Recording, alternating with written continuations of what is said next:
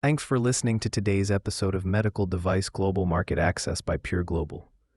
Today we're diving into a significant development from the US Food and Drug Administration that will impact every medical device manufacturer marketing products in the United States.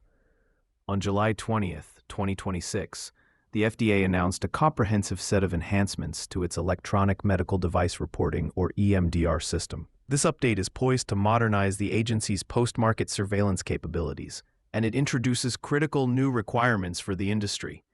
In this episode, we will break down what these changes are, who is affected, and the practical steps your team needs to take to ensure a smooth transition. The FDA's initiative aims to improve the quality, consistency, and utility of adverse event data.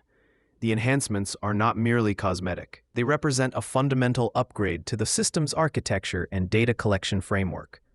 Key changes include the introduction of new structured data fields, particularly for unique device identifier, or UDI, information. Manufacturers will now be required to provide more granular UDI data, including the full device identifier and production identifier components, in a standardized format. This is designed to allow the FDA to more accurately track specific device models, lots, and even individual units associated with adverse events, significantly improving signal detection and trend analysis. Furthermore, the updated eMDR system will feature enhanced data validation at the point of submission. The new system will automatically check for common errors, inconsistencies, and missing information before accepting a report. While this will help improve data quality on the FDA's end, it means that manufacturers must be more meticulous in their data entry, as incomplete or improperly formatted submissions will be rejected in real time. The user interface has also been redesigned for greater clarity and efficiency, and the back-end application programming interface, or API, has been updated for those who submit reports programmatically through third-party software or internal systems. This API update includes more robust security protocols and new endpoints for querying submission status. The goal is to create a more integrated and responsive surveillance ecosystem, linking MDR data more effectively with other FDA databases like the GUDID for UDI information and MAUD for public reporting. These changes apply universally to all entities required to submit medical device reports. This includes manufacturers, importers, and device user facilities. Essentially, if your organization currently submits Form 3500A for mandatory adverse event reporting, you will need to adapt to this new system.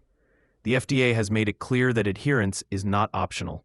Following the announcement on July 20th, 2026, the agency has established a mandatory transition period.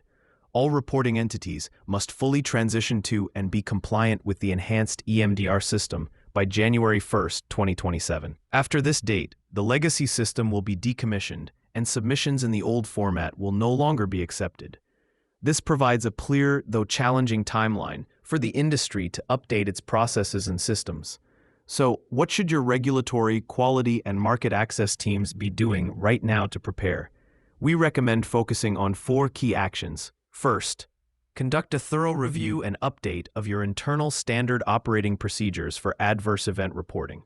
Your SOPs must be revised to incorporate the new data requirements, especially the detailed UDI fields, and the procedural steps for using the new submission portal or updated software. Second, begin training all relevant personnel immediately. Anyone involved in the MDR process, from complaint handling specialists to regulatory affairs managers, needs to understand the new system's interface, data validation rules, and submission workflow to avoid errors and delays.